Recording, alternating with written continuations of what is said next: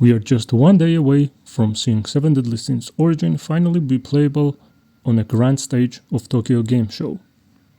But before that, 7 Deadly Sins Origin developers decided to bless us with dev notes that gives us some juicy and important information regarding certain gameplay mechanics. So let's go ahead and read through the dev notes, and let me break everything down for you to make it as understandable and easy to digest as possible. On the first page, the producer of the game is simply just thanking us for being on a lookout for the game. In today's dev notes, they would like to focus on combat, mainly tag skills and burst system. Tag skills are activated when switching heroes and consume a tag gauge that fills through normal attacks and skill use. Now obviously, most of us who have seen the trailers already know about this mechanic. We simply just did not know the name of the skill itself and the gauge. Now as for the burst system, if you are familiar with something like original Blue Protocol, you would know exactly what it is. You simply just attack the enemy with a certain elemental attribute and the burst gauge will build up.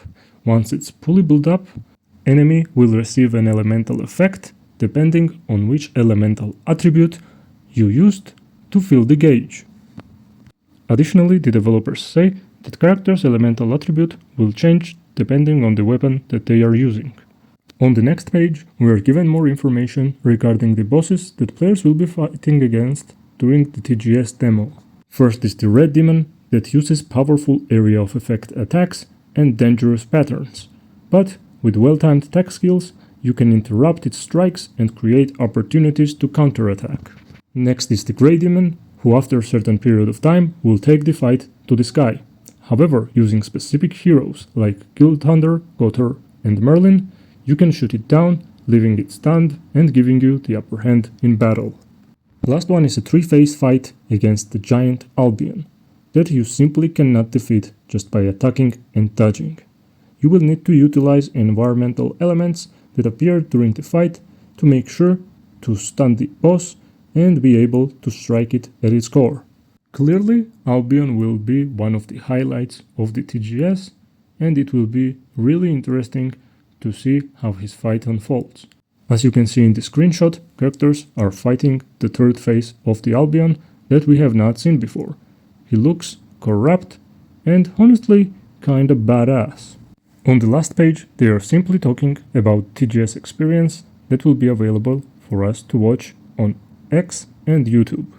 They are saying that there will be a PvP showcase and special talk show featuring the voice actors of 7 Deadly Sins. And in the end, they are talking about the rewards that are given through pre-registrations on mobile devices and through email, which you guys probably already should know about. Also, last thing to note, unlike the G-Star demo showcase that they provided in 2023, Tokyo Game Show Showcase will also feature Fairy King's Forest. Lastly, they have given us another screenshot giving us a look at the composition of character selection menu, where you can see character equipping weapons, the weapons having their own attribute types, the buttons for the change of characters, character details, cancelling, quick organization, and to see the team in use, as well as the combat class and HP of the full team.